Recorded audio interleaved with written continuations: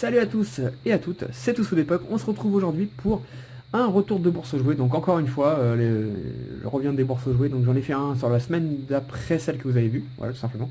En fait, je comptais pas en faire. En fait, c'est mon frère qui m'a appelé parce que lui, il y était allé. Et il me dit, tu devrais quand même aller faire un tour parce qu'il y a un gars qui vend du Yu-Gi-Oh! Mais il a énormément de cartes. Et il y a peut-être moyen d'avoir ça pour pas trop cher. Il y a vraiment des belles cartes. Donc j'avais vraiment la flemme parce que c'était à 30 minutes de route. Donc je venais de rentrer du sport en fait, donc j'étais fatigué et tout. Bon, j'ai mangé et tout, puis je me dis allez, hop, c'est parti, on y va. Donc j'y suis allé, puis bon, du coup je suis bien fait parce que j'ai pris tout ce que le gars avait en fait. Donc le tapis là, c'était pas à moi, c'est bien que j'ai bien récupéré là-bas. Voilà, c'est dans l'eau. Donc un petit playmat qui est plutôt sympa, voilà, avec Kaiba dessus. Là, on a le dragon blanc et bleu. Et par là, on a le dragon, je sais plus comment il s'appelle, électro, je sais plus quoi. Voilà. Donc c'est un tapis de jeu à la base, hein. Donc je le mets dessus pour habiller la vidéo. Donc je vais montrer toutes les cartes, mais il y en a vraiment beaucoup. Ça, je vais pas vous le montrer. C'est juste pour vous montrer la quantité de cartes. Voilà, il y a des cartes en espagnol, en anglais et en français, mais 95% des cartes sont en français. Donc voilà, c'est juste pour vous montrer la quantité de cartes. Il y a vraiment tout ça. C'est que des communes et des rares. Voilà. Mais je ne vais pas m'amuser à vous montrer tout ça. Il y a vraiment trop de cartes. Surtout que dans une pochette, voilà, dans une pochette, il y a plein de cartes. Ornesto. C'est parce qu'il est en anglais, d'accord. En jouant le loyauté, ça fait Honesto, d'accord. Ah non, il est en espagnol, d'accord. Voilà, donc il y a vraiment beaucoup de cartes. J'ai regardé, il n'y a vraiment rien d'extraordinaire. Hein. C'est vraiment que de la commune. Je peux pas m'amuser à vous montrer tout ça. Il y a vraiment trop de cartes. Et en plus, le classeur est en mauvais état. Les cartes sortent, donc je préfère pas vous le montrer. Mais là-dedans, il y a au moins 600 cartes à peu près. Et celui-là qui est le plus intéressant, c'est celui-là. Bah, c'est pour ça que j'ai pris l'eau. Hop, donc je vais essayer de vous montrer ça correctement, mais ça va pas être facile parce que c'est encore dans le classeur. J'ai pas encore pris le temps de trier. Et là, on va dézoomer un petit peu. Hop. Voilà. Donc je vais essayer de vous montrer ça rapidement, mais ça va être compliqué, mais surtout pour les fans de Yu-Gi-Oh! Parce qu'il n'y a que du Yu-Gi-Oh! Hein. Voilà, je vous le dis directement. Donc il y a beaucoup de cartes, vraiment beaucoup de cartes. On a compté à peu près pour savoir le prix de ça. Il y a environ 350-400 cartes parce que en fait il y a des pochettes. Bon, il n'y a pas beaucoup de pochettes comme ça, mais là j'en vois une donc pour ça. Il y a des pochettes où il y a plusieurs cartes derrière. Voilà, tout simplement. Donc il n'y a pas de cartes communes ou quoi, c'est que des cartes, il n'y a pas de cartes rares non plus, c'est que de la super, de l'ultra, de la secrète, il doit y avoir une ultimate, il y a de la gold et il n'y a pas de ghost par contre. Donc voilà, donc je vais passer les pages comme ça et puis je m'arrêterai sur les cartes peut-être les plus intéressantes. Il y a celle-là qui est pas mal, je pense qu'elle est intéressante parce qu'il a vendu 22 €, vous voyez il y a encore le petit prix. Donc voilà, pour les connaisseurs, moi je me prétends pas connaisseur Yu-Gi-Oh! Je collectionne un petit peu ce que je trouve, voilà. Donc je peux pas dire si cette carte vaut 22 € ou quoi, mais en tout cas lui il a vendu 22 € et il avait l'air de s'y connaître. Donc avant de continuer, il en voulait 500 € pour le classeur là, plus les communes, 500 €. Ça fait une grosse somme quand même. On discutait, je suis resté 3 quarts d'heure juste pour lui, il y avait qu'un seul stand de cartes, c'était celui-là. On a discuté, il est arrivé à 300, mais voilà, je lui ai fait comprendre que j'allais peut-être prendre 2-3 cartes, mais c'est tout, je voulais pas mettre ça, même si ça vaut largement le coup je pense, mais je voulais pas. Et finalement on s'est entendu sur 200, voilà. 200 ça m'allait bien, et bon, lui il a craqué pour 200, il y a celle-là qui est sympa aussi, pour 200 €, donc vous me direz les connaisseurs si j'ai fait une bonne affaire ou pas, mais je pense que j'ai fait une bonne affaire. Donc Castel le mousquetaire chasse-ciel, j'ai jamais vu cette carte. Sachant que, je vous dis, il y a environ 400 cartes plus toutes les communes. Voilà. Donc on continue.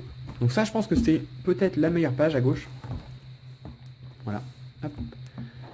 Il y a vraiment des belles cartes. Il y a une super belle carte en haut. Je pense que je vais vous la montrer. Il y a celle-là. Elle est vraiment sympa. Bills, des dragons, j'arrive pas à lire. Diabolique. Voilà. Donc ça a une gold secrète. Elle est vraiment sympa. Moi je ferai le tri de ce que j'ai, ce que j'ai pas, parce qu'il y a plein de cartes que j'ai, certainement plein de cartes que je dois pas avoir non plus. Et il y a celle-là qui m'a dit qu'il cotait beaucoup. Donc j'ai pas regardé, mais... Le Trishula dragon de la barrière de glace. Je sais pas si c'est vrai ce qu'il m'a dit, mais en tout cas elle est extrêmement jolie. Je ne sais pas si je l'ai dans ma collection, il faudrait que je regarde, mais je pense pas, ça me dit rien du tout. Donc ensuite il y a des sphinx, il y a la bête cristalline Pégase de saphir, une carte que je cherchais depuis longtemps. Voilà. Donc elle doit pas coter énorme, mais elle est très jolie. Et ici on a un Exodia Necros, voilà. Que celle-là je l'ai, c'est sûr à 100%. Je vais plutôt faire une vidéo, bon tant pis ça sera un petit peu à l'arrache, mais parce que sinon ça va être trop compliqué. Je vais prendre l'appareil et je vais vous montrer ça comme ça. Donc voilà, je vais pousser le petit trépied en dessous. Donc pour les connaisseurs, vous me direz si c'est une bonne affaire ou pas. Moi je suis plutôt content d'avoir eu autant de cartes d'un coup. Voilà. Ça va prendre beaucoup de temps à trier tout ça, mais bon, tant pis. Donc pas mal de monstres pendules. Hop. Donc il m'a dit qu'il y avait pas mal de cartes qui étaient encore jouées dans ces cartes-là, hein, qui étaient jouables. Donc ouais, il faudra que je regarde ça. Ça, je la trouve trop belle. Bénédiction de Sebec. J'avais jamais vu cette carte. Elle est vraiment classe. Hop, là il n'y a qu'une seule carte en anglaise. Tac. Ensuite celle-là est trop belle, mais c'est dommage, le titre il est complètement effacé, on ne le voit plus du tout. Le dragon ultime aux yeux bleus. Hop. Hop. Celle-là pareil, elle est vachement bien, mais c'est dommage, elle est anglaise. Je ne connaissais pas ce héros élémentaire là. Hop. Donc voilà, là je pense que je fais plaisir aux fans de Yu-Gi-Oh! Parce que je sais que j'ai souvent des messages pour me dire ouais tu fais pas fait de Yu-Gi-Oh! Mais voilà, j'achète pas de Yu-Gi-Oh! En booster proprement parler, donc tout ce que je peux vous montrer c'est ce que je trouve en brocante ou en bourse jouée comme là. Alors, bon, là j'ai fait un peu un craquage, hein, 200 € pour du Yu-Gi-Oh! À gauche il n'y a rien. Pour du Yu-Gi-Oh! Ça fait cher, mais vu le nombre de cartes, bon, je trouve que c'est correct. Voilà. Donc il y a beaucoup de Sphinx. Donc bon, ça m'intéresse pas trop, je les ai déjà en plein de fois. Donc là-dedans il y a plein de cartes qui seront à l'échange et à la vente si jamais on... Je sais pas, hein, si jamais ça peut vous intéresser. C'est dommage parce qu'il y a plein de cartes qui sont à la base intéressantes comme cette carte là, mais qui sont en espagnol. Voilà. Ils sont même pas en anglais, donc... Encore en anglais, je supporte l'anglais pour Yu-Gi-Oh! Ouais, pour Yu-Gi-Oh! Ça va, pour Pokémon non, mais pour Yu-Gi-Oh! Oui. Et comment dire, je peux les mettre dans mes classeurs, mais les cartes japonaises par contre, là je ne peux pas. Pour moi, japonaises. Les cartes espagnoles, pour moi, c'est quasiment de la contrefaçon. C'est pas le cas, hein, mais ça m'intéresse pas. Bon là, je m'arrête pas vraiment, il n'y a pas vraiment de grosses cartes qui me passionnent plus que ça. Après, peut-être que cette carte-là, elle coûte 50 €, j'en sais rien du tout. Hein. Vous êtes peut-être en train de vous dire, attends, il s'arrête pas sur cette carte, elle est monstrueuse. Et moi, je connais pas bien.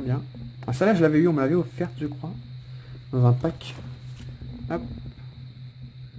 Ça fait quand même une sacrée quantité. Hop. Le grand sorcier de Nécrose, il est sympa celui-là.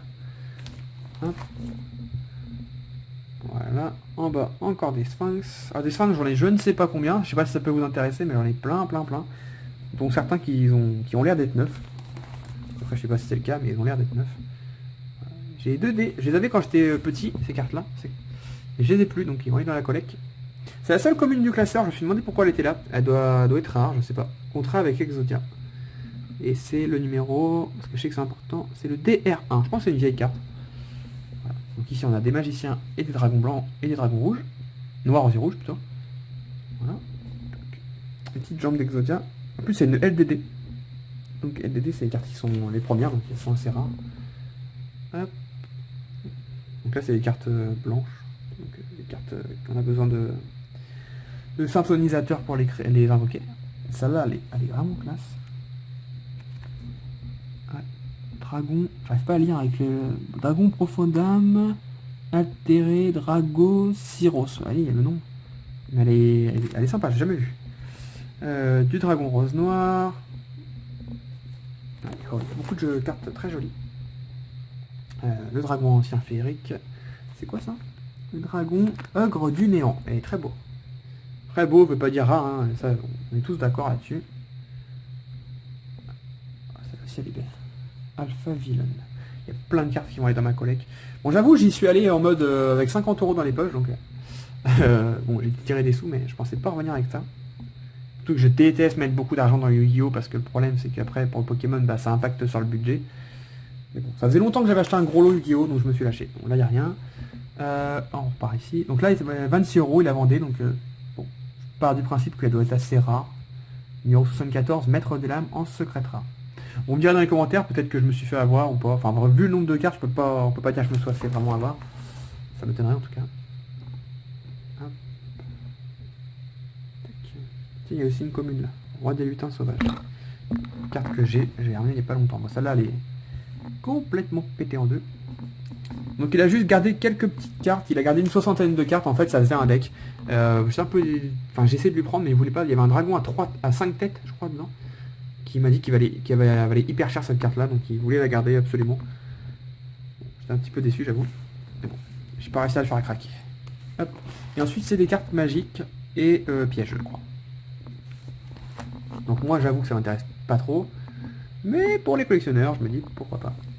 Donc il y a moyen de se faire des échanges, hein. Je peux vendre des cartes évidemment. Il y a plein de choses que je vais garder, mais aussi plein de choses que je ne vais pas garder. Donc là à l'heure actuelle je ne sais pas ce que je vais garder et ce que je vais pas garder, donc ça sera à vous de me dire ce qui vous intéresse et je vous dirai si c'est à vendre ou pas. Bon par contre si j'échange ça sera seulement contre du Pokémon. Voilà. Contre du Yu-Gi-Oh ça m'intéressera certainement pas.